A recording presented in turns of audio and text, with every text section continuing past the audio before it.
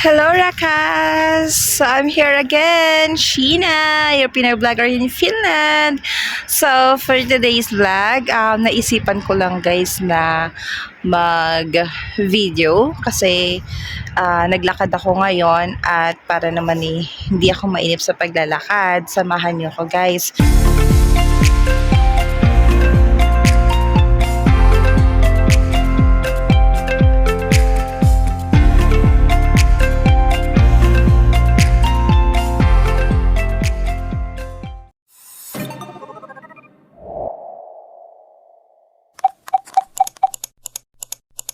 So guys, naisipan ko mag-vlog today kasi naalala ko, may nagtanong sa akin, I think that's Miss Anna Marie.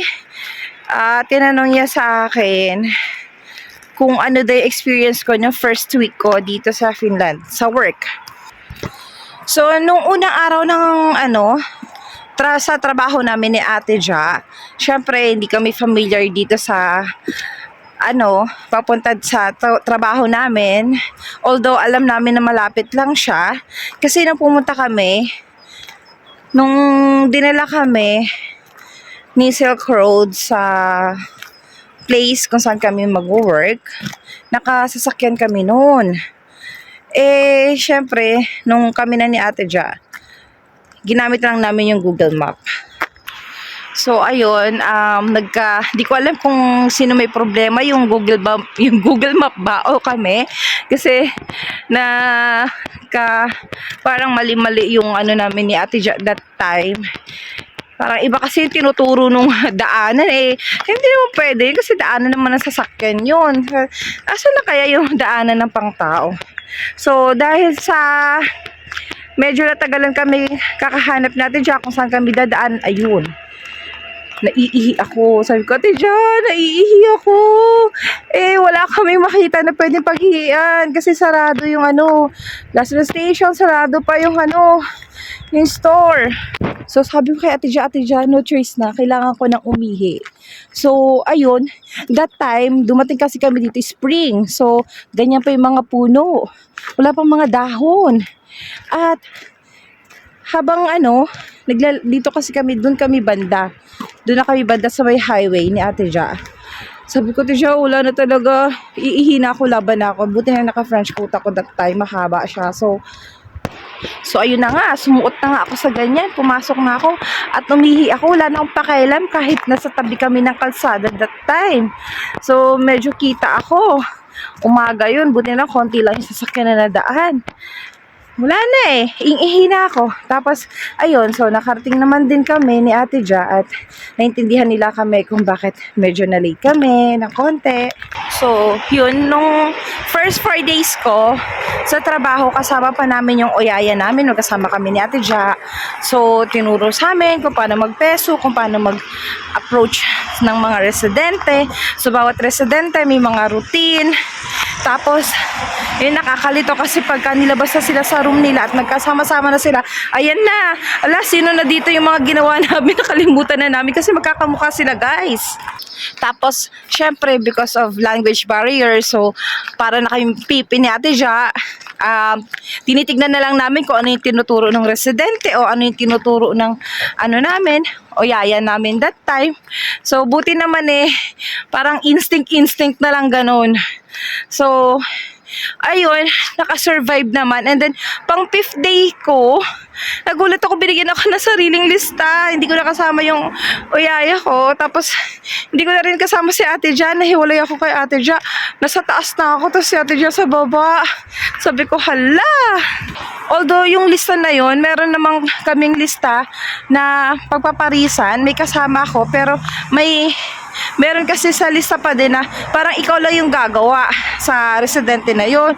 So, syempre, ayun, kung ano lang yung na-memorize na command, edi yun lang yung paulit-ulit na sinasabi ko. Like, sasabihin ko lang, menanvesan, tehadan amo peso, tehadan ilta peso, yung ganyan lang. Tapos, yung sasabihin mo lang, menan pa ibasalin, mga 2 words lang. Kaya guys, pagka nandito kayo, or habang nandiyan pa lang kayo sa Pinas, mahalaga na malaman nyo na agad yung mga command sa residente. Actually, yung command na yan guys, nasa Nomahoydan yan eh. Doon yung makikita yan. Kasi kami nun, di na namin nabutan yung Nomahoydan eh. Pero, dito na lang din kayo matututo talaga. As in, ang hirap lang din kasi ng iba, hindi mo maintindihan syempre. Iba kasi sobrang mabilis magsalita. So, yun talaga, language barrier lang talaga. Sa trabaho, wala namang problema. Madali lang magpeso. Madali lang mag-wash ng pasyente mo. Pero, yung pakikipag-usap talaga, may kanya-kanyang routine pa yung mga residente. Ayun. Tapos, bukod sa pagpepeso, tingin-tingin din ako kung ano pang ibang gawain, like yung pagbibigay ng pagkain. Alamin mo, ano bang kinakain ng residente na to. May residente na gusto black coffee lang, may residente na gusto naman na black coffee na may sugar, may residente na ayaw ng may sugar. Gusto gatas lang tsaka coffee. May iba naman na gusto lang kape lang talaga, walang sugar. May iba naman na ayaw ng kape, may hulang, juice lang. So yun ang alamin mo. Tapos may iba syempre na gluten free. Ay, gluten na nga, free pa. Iba na gluten. So meaning is gluten free siya. May iba naman lactose meaning lactose free, lactose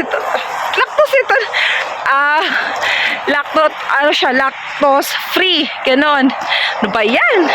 Tapos may iba naman na kalaton. So may allergy siya sa fish. So yan yung mga aalamin nyo. Meron naman lista kung ano yung mga bawal sa kanila. So i-check mo yun isa-isa.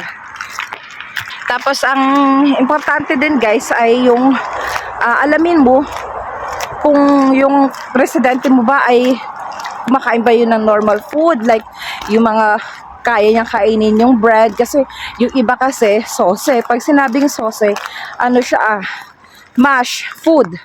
So dapat alamin mo yun kasi baka mamaya siya may aspiration, list, ganon.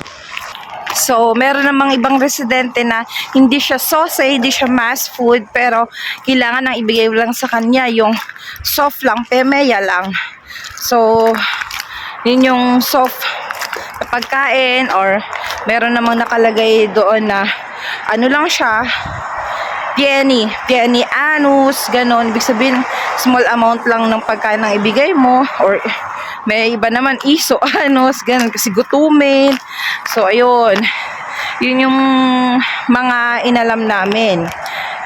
May time talaga na, hindi may time, talagang first week na yon, sobrang ang hirap tandaan ng mga residente kasi magkakamukha talaga sila. So lagi akong nagtatanong, wala naman sama magtanong sa mga kasama mo, diba? Pero isipin nyo na hindi talaga lahat ng kasama okay, tuturuan ka, ganun. So minsan akala nila, kasi sa place namin guys, hindi lang kasi yung permanent na ang pumapasok. So may mga part-timer. Bakit baka nabubulol? So may mga keka din kami guys, like pag sinabing keka, mga part-timer lang sila. So hindi nila alam kung bago ka. Hindi mo rin alam na bago din sila, ganun. So ayun, kaya minsan kailangan, hindi mo naman din kasi madalas kasama yung oyaya mo.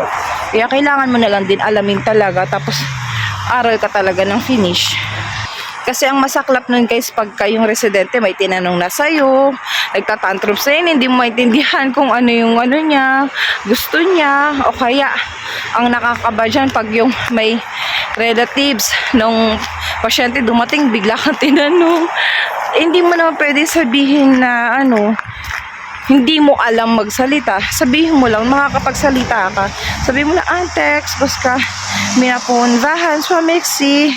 Tapos sabihin mo na lang sa kanya na, pwede bang maghintay ka na lang, tatawagin ko lang yung namin. So, kung sino yung kasama nyo na finish na makakaintindi sa kanya. So, sa talaga, first week talaga, Hindi naman talaga may tuturo sa'yo lahat. Talagang observe ka na lang talaga hanggang sa matutunan mo na lang, ganun. So, ganun yung ginawa namin ni Ate Ja.